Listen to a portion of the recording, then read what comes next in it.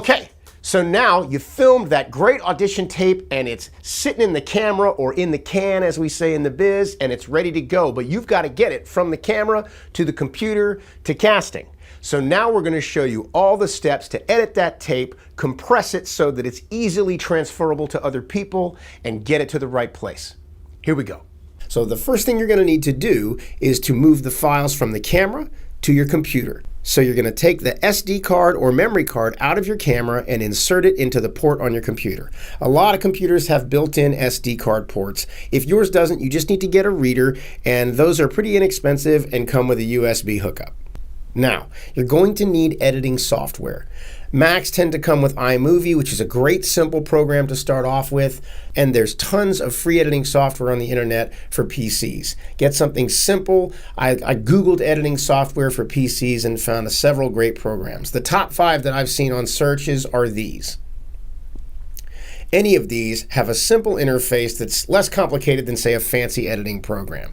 After you edit some tapes, though, you'll be able to use the fancier ones no problem once you're familiar with the interface.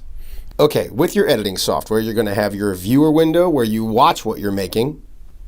You're going to have the area over here where you see the footage that you've imported, as well as transitions or sound or special effects. And going along the bottom here horizontally, you will have your timeline, which is where you will literally build your video step by step with minutes and seconds along the way. You're going to drag the file you want to edit into the timeline and drop it in. It should just appear right there. If you don't have a drag and drop option on your editing software, you'll just need to import it and then drag it down into the timeline once it's in the software.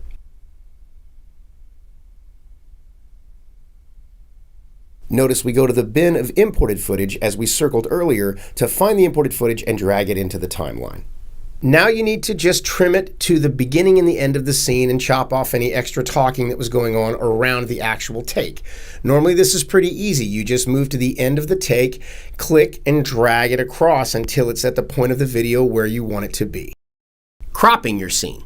If you shot it with a little too much headroom or there's movement that doesn't work perfectly with the framing, well, now's the time to just adjust that. So you have some leeway here. If you're not sure about movement while you tape, frame it a little loose so that you can go back into the editing program after you've shot it and adjust the framing to the way you want to tailor the audition best. Once you do that, your scene is ready. Now, depending on whether or not casting wants the files separately, as in each scene being a separate file and the slate being a separate file, or if they want them all together, you're either going to put them all together in one file on the timeline or export them individually. So if we were doing them all together, we have the scene, we would now add the slate and a full body shot possibly, and then we would add fades in between to make the transition smooth. Then play it back and make sure everything looks good. Then you can decide, do I want to add a title card at the end to just make it look like a professional ending where the casting sees your name. We do this when it's not asked not to by casting because most people like it. It makes the tape look professional, and it ends with a visual of your name. And if they like the audition, they're now also associating your name with it. Now, you want to do this at the end, not the beginning, so that you appear in the thumbnail on their desktop in case they need to find your file quickly. They probably are going to remember you by your face or your clothes or your visual. So you don't want the thumbnail to look like a title card with a name they can't read. Now, once you've built your tape, added your title card, and everything you need to do to the tape, now you're going to export it. But you also need to compress it, because you don't want to send a huge file to casting or to your agent or manager because it causes long download times and it forces them to wait while they're downloading your tape. And frankly, in a business this busy with so many actors and auditions, you may not get seen because your tape took 12 minutes to download. So you need to export it in a way that shrinks the file size but keeps the quality of the tape. If you compress it too much, you might lose some resolution, and you don't want to do that. You want it to be 1080. So in iMovie, you can export to email. It has a nice feature where you click export and there's an email option. You click that and then it opens up a window where you can say small, medium, or large, and those are different file sizes. We typically do large because it compresses it automatically so that it's more apt to be able to send through email. Now, it will then spit the file out in the email. But you don't want to just send that directly. Usually it's too big for a regular email, but even if it is small enough to send in a regular email, you still have to name the file. So you need to drag the file out of the email onto your desktop, name it, and then send it to your agent or representation. Most of the time we use WeTransfer. It's a great source, it's free, and you can send up to 2 gigs, which you should never need for an audition tape. It should not exceed 100 megabytes, typically. Even a longer scene should be able to make it under that file size.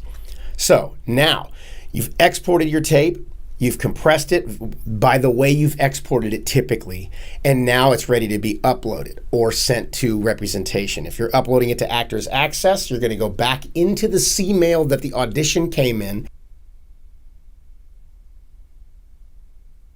scroll to the bottom where it says Upload, click it, then click Browse. Find the file on your desktop that you just exported from your editing program and upload. You can also check playback just by clicking the uploaded file to make sure everything's playing correctly. We always do that just to make sure nothing got corrupted in the file with the upload. Just make sure to keep hitting next until it goes all the way through, because sometimes files don't get sent because people don't fully close out the C-mail by clicking next and place order and everything that you have to do. There's about 3 things on Actors Access you have to do to finish it. So make sure it goes all the way through. After you've completed the order, you should be able to go back to the C-mail, scroll down and see where it says the files have been sent off to your representation or casting director. That's how you'll know that you've completed everything. If you need to decline the audition, click Decline, which is right next to the Upload button in the C-mail, and then scroll back up to the top because they want to know the reason for declining. Maybe it's a date issue, or if you've decided not to be acting anymore. Casting just wants to know if they should keep asking for your submissions. So make sure to list that to close out the decline as well. Okay, so that's the editing basics. If you need more advanced tips on how to edit your sound so you can take the reader's voice down or take out an unwanted sound or add an external recording device to a take for singing, check out the addendum video. It's got all that information in it. Go book it from your basement.